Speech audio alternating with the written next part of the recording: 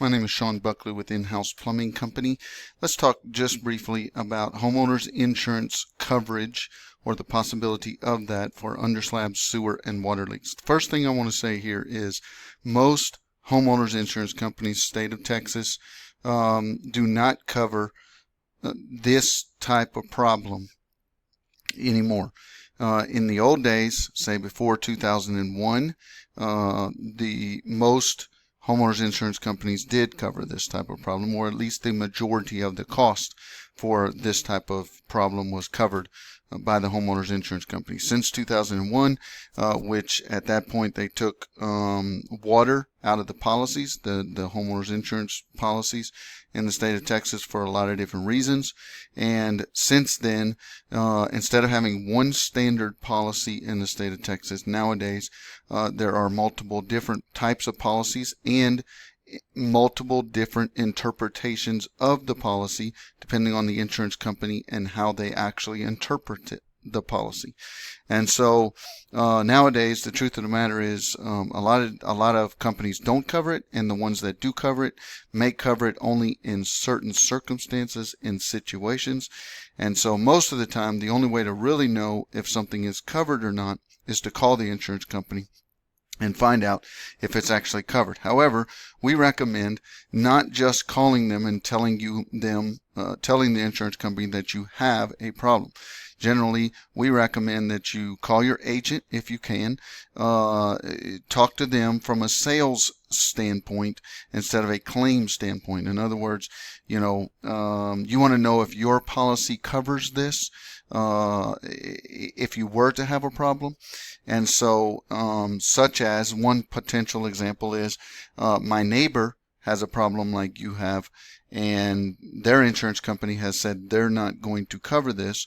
I want to know if my policy covers this, because it could be a lot of money if I was to have the problem that they're having, and their insurance company has said they're not going to cover it. And so I can't afford to have that situation. So what you do in that case is you put it back into a sales situation. They have to sell you the policy all over again, make sure that it actually is covered. And some people say, well, what if I was to tell them all of this and then I told them there was a problem? Who cares? They work for you. You don't need to worry about them being, not understanding whenever you're telling them this stuff. The bottom line is you want to know if something is covered before you actually file it as a claim. And the reason that we tell people to do this is because technically the insurance agent is supposed to file something as a claim, whether you tell them to or not, if they've been notified that you have that problem. And the reason they're supposed to file that as a claim is you could go back to them in several months and say, I told you there was a problem here, you did nothing about it, and look at all the damage that it caused. And they would say, well, you didn't tell me to file it as a claim. And so most insurance companies don't most insurance agents don't file this as a claim unless you tell them to, but you don't want the insurance agent that does file it as a claim. And then you end up getting a claim on your record where there's actually no coverage in the policy. Okay. And so that's the most important thing. That's what we recommend. Okay, let's talk briefly. So if you have any questions on that, please feel free to give us a call and we'll help in any way we can. Another thing that you need to look at and think about when you're dealing with insurance is the deductible. Most homeowners insurance policies today have a 1% deductible, 1% of what the house is insured for. So if your house is worth $200,000, potentially it's insured for $240,000 or $250,000, because they have to insure it for more than potentially it's worth to cover rebuilding it. And so, potentially at a $250,000 house, you got a $2,500 deductible at 1% of what the house is insured for. So if you had one leak under the house in a normal situation, it wouldn't come up to more than the deductible, which means you wouldn't get any insurance coverage from them whether there was coverage or not. Okay, because you have to pay your deductible before any insurance money kicks in.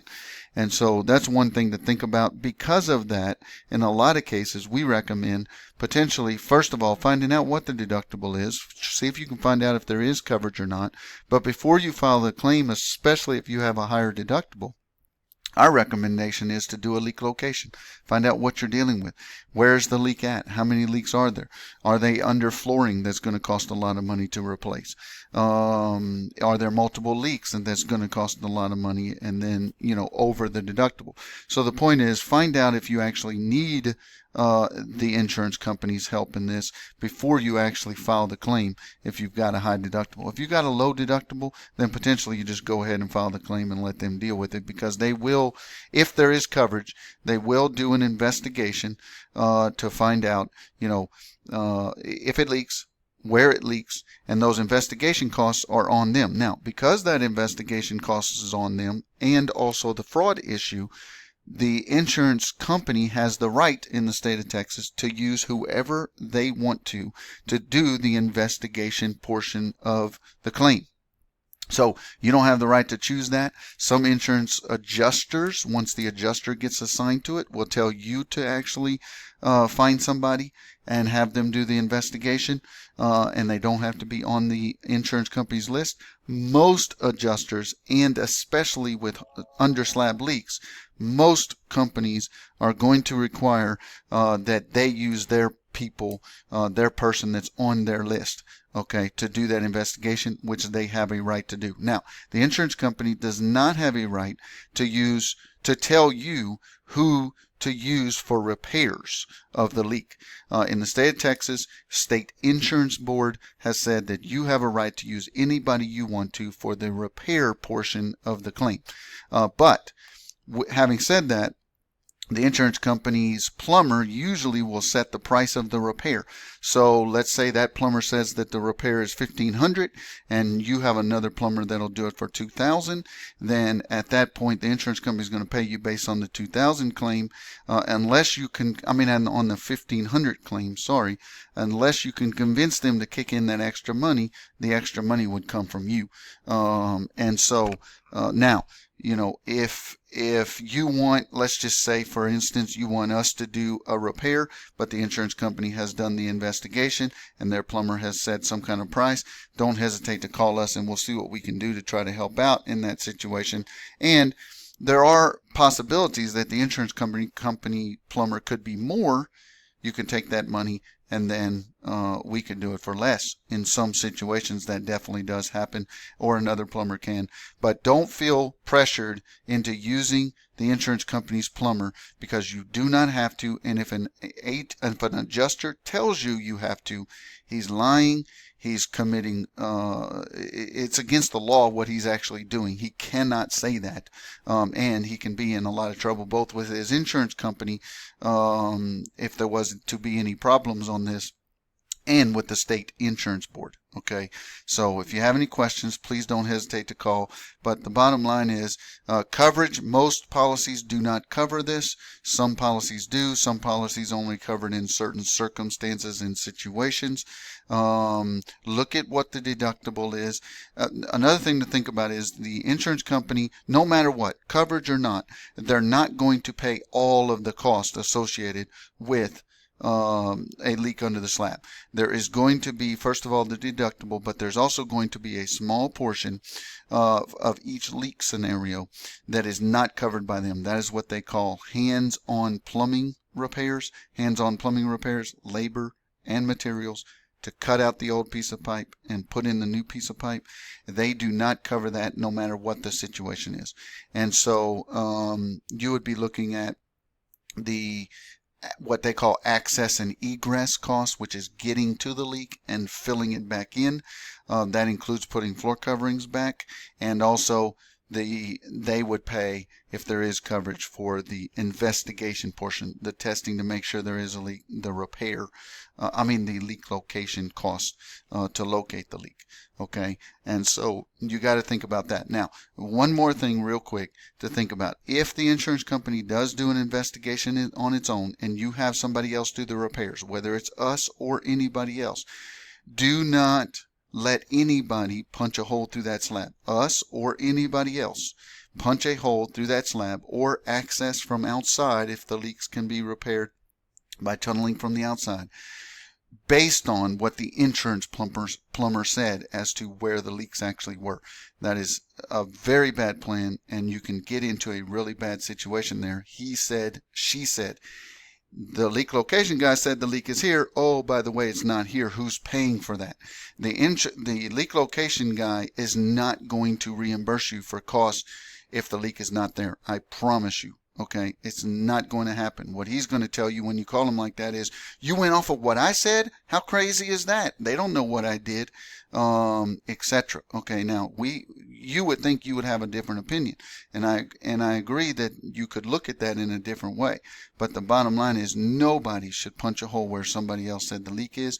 If you go with a different plumber, that plumber, whoever does the repair under the slab, is the one that needs to be telling you that the leak is wherever he says it is, and you need to trust that he is honest enough to tell you if the leak is actually not there, and then not charge you for any unnecessary work that was done. This is very important. Nobody thinks about this in this business, and the majority of the people don't think about this or talk about it because they don't care if the leak is actually there or not. If it's not there, they're going to charge you for it anyway, okay? And then potentially go find the real one and charge you for both of them, or not even find the real one. You'll be left with a leak under the slab when you had a repair done anyway, okay? That really wasn't even leaking. And this stuff happens all day, every day in this industry.